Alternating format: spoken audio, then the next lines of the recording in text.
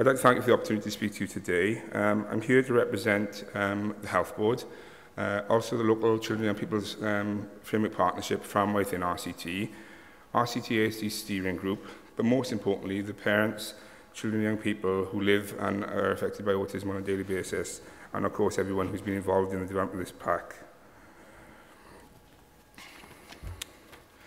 The problem we were faced with arose when we undertook some work locally in response to the All Wales ASD Action Plan, where parents highlighted the need for accessible information earlier and in one central point. Feedback we received was that there was a lot of information out there, a plethora of information, but how reliable it was, they didn't know. And equally, it wasn't in one place. Many of them turned to the internet, and I'm sure anybody in the room who've turned to the internet and put in a diagnosis or a conduct disorder or an additional lead, often what comes up is something brutally scary. And, you know, and parents really don't know what to take to it, and especially at a time where, because they're going through the diagnosis process or have had the diagnosis, they can be quite vulnerable. Parents outlined not only did they want information about ASD itself, autism, but they wanted information about where they can get help for their children, and equally importantly, and certainly importantly for us, help for themselves. Not only was this a local issue for RCT, but it was highlighted in many of the action plans across Wales, and indeed the South East Wales region. And just for you to know there, each local authority area has got a named ASD champion or lead. In RCT, we've chosen to have a champion for adult services, and I'm the ASD lead for children. This resulted in us putting a proposal to the top sliced element of the Welsh Government grant for autism. We put it forward as a South East Wales regional proposal initially, and we kind of led the way in RCT and highlighted that we wanted to pick up this work with Cwmtaf leading the project. We put the proposal forward, we were granted the funding, and we led the piece of work. But not only did we lead the piece of work in RCT, because clearly it wasn't just about parents in RCT and families in RCT, but we actually held workshops across the South East Wales region to ensure that all parents' reviews from across the patch were incorporated. The RCT strategic group is a multi-agency, multidisciplinary group, but more importantly, it's got strong representatives from parents, and they're not only there to represent themselves and their families, they're there representing the local planning and support groups within the local areas, and that was very much the case across the region when we went out to other areas. This is the guide. There are some copies here, and it is available electronically. That was developed. The artwork was actually developed by a young lady who resides in RCT, but is actually in college in Swansea, who is on the spectrum, and she designed this artwork for us.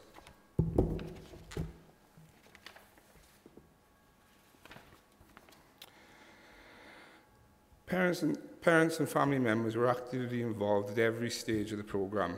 I think one of the things that the steering group has stressed to us, and the parents on the group has stressed to us, is as we talking earlier, don't get us involved once you've developed something. Get us involved from the start.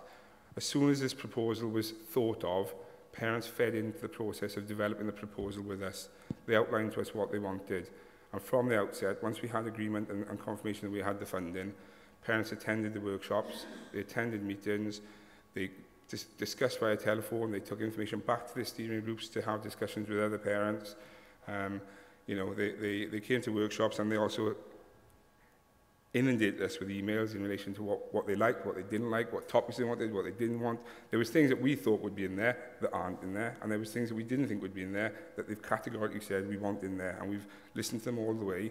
There hasn't been a decision, and some of the parents are in the room, and I think they'll agree, there hasn't been a decision made or anything put in the pack unless the parents have signed up to it and agreed to it. The parents who have been involved as well, across the board, with the exception of one or two maybe, are not going to greatly be benefited from the guide themselves because they are further down their journey. The important thing for them was that in the future families going through the diagnosis process will reap the benefits of this work and have the information available. Even down to the final staging of the guide and the actual contracting and tendering process for going out to a contractor and a creative designer to print and design the guide, parents were on the interview panel, parents met with us prior to the interviewees coming in and said, oh, we like this, but we don't like this, and they asked many questions during the interview stages.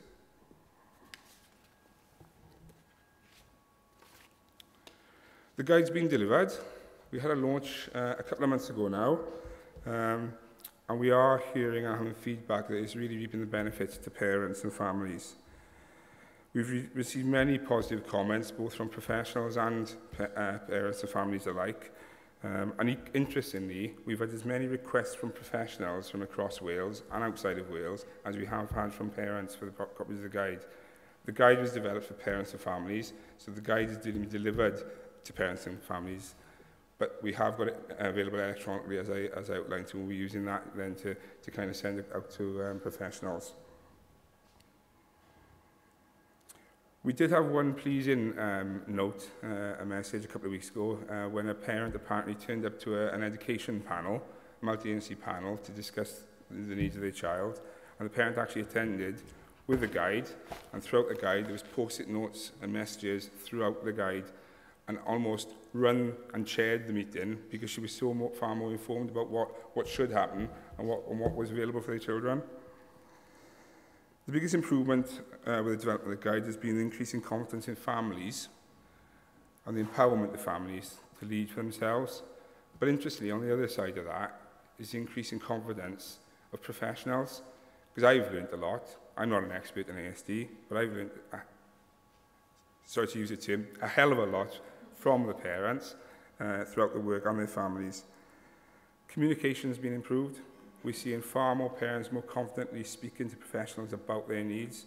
And as a result, I'll come on to it in the next slide, there are other changes being developed locally.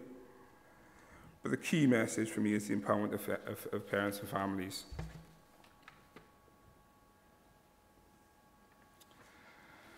Some of the lessons learned through the project have shown how engagement with parents and families has resulted in really valuable experiences and contribution to help others. By using their own life experiences, not all positive, to inform the guide, which is totally aimed at supporting families in the future.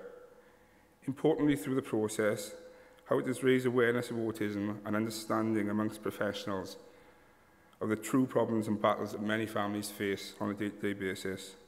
Their involvement offers a fresh approach and an honest perspective of our work and how we need to improve the services we provide and the communication we have with them. This work has already opened doors.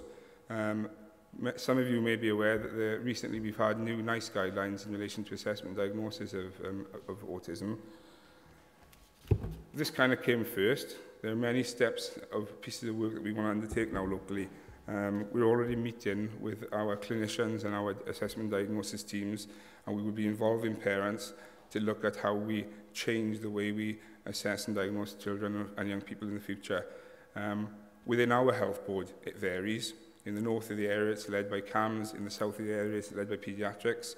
And this is the same we know across Wales, although some areas have got good practice, and we're currently in the process of going out to those areas to look at how they're doing their assessment and diagnosis processes, and then we'll be bringing parents along to look at how this means for them, with a view to sharing this across Wales, because I do think that regardless of where we are in Wales, we should be getting the same service.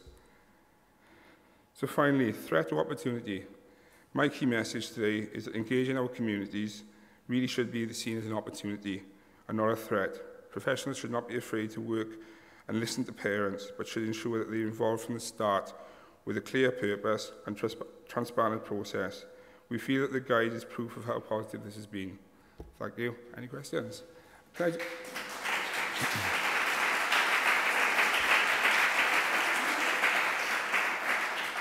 I just say, we have got 2 parents and 2 of the members who've been involved with the project with us, so some of the questions I will drag them up to answer with me.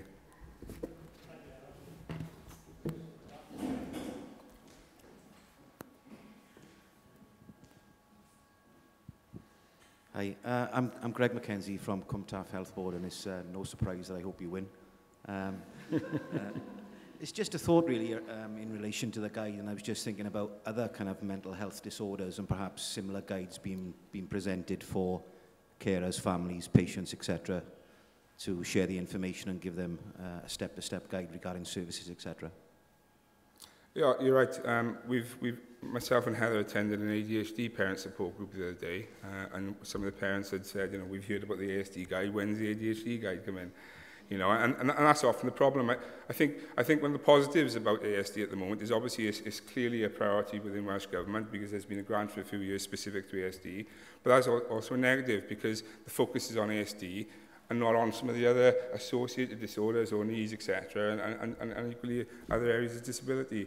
But it is something we feel that we can, with some small resources, almost revise what we've got in this book, as much of what's in this book could be applicable to other areas. So you're right, it is areas we're looking at locally, but you know, this area came as a result of it being a Welsh Government priority.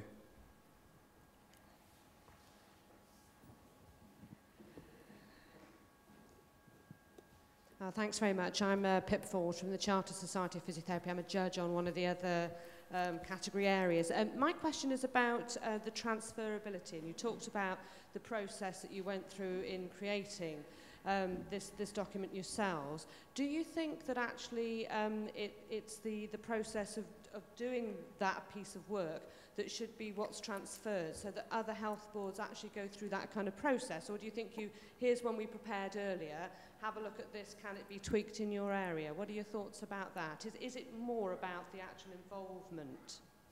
I think that hits the nail on the head, if I'm honest with you, because, you know, I chair of the RCT group, you know, our parents have made it absolutely clear that if they don't feel listened to, if they don't feel engaged, they won't sit on the group.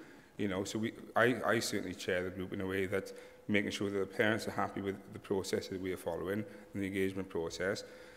Through doing this project, as I said, we didn't just concentrate on RCT parents. We held workshops within Cwmtaf, within Aneurin Bevan, within Cardiff and Vale. And interestingly, we've actually had some parents contact us outside of the meetings to say, can we come and sit in your group, or can you tell us how we can get in touch with our groups because we don't have any involvement? Now, I know that there are involved parents in some groups, but obviously we need to look at how we outreach more. And I think everything that we do it's the process for me. If we get the process right, that's what's transferable to other areas of work. And that's why I said we're using the process to do other pieces of work now.